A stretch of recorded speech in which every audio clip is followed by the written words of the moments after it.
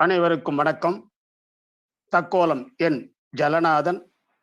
திருக்குறள் பொருட்பால் அதிகாரம் 67 வினைத்திட்பம் எனும் தலைப்பில் கவிதை வழங்குகிறேன். வினைத்திட்பம் விளைத்திடுமாம் பொறுமையோடு மதிநுட்பம்.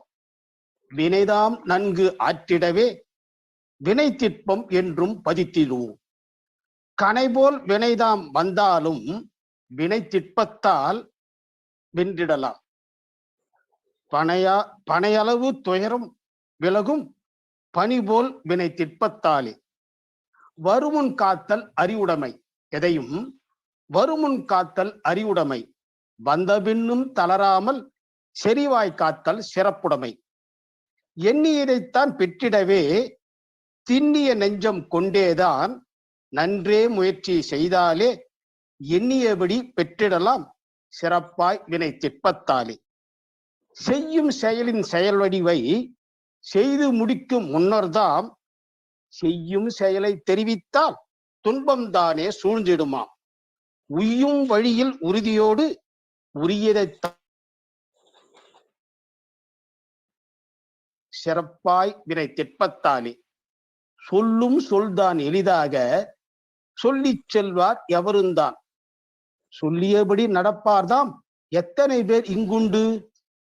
சொல்லும் சொல்லை காத்துத்தான் சொல்லியபடி நடப்பவர்தாம் ஒல்லும் வகையால் உயர்ந்தவராம் உலகம் என்றும் புகழ்ந்திடுமாம்.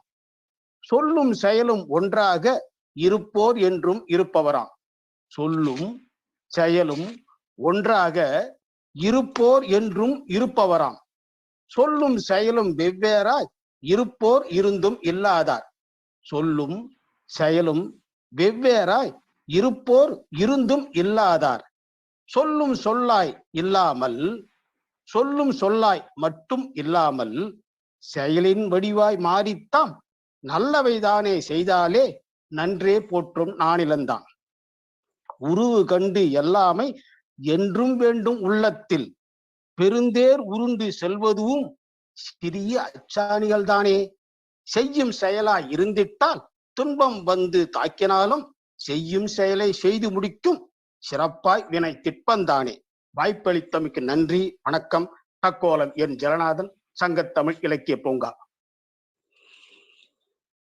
அன்பிற்குரிய ஐயா பெரியவர் மிக அருமையாக வள்ளுவத்தில் ஆழ்ந்த தோய்ந்த அறிவுப்பட்டவர் என்பதை தனது கவிதையால் மிக சிறப்பாக விளக்கியுள்ளார்.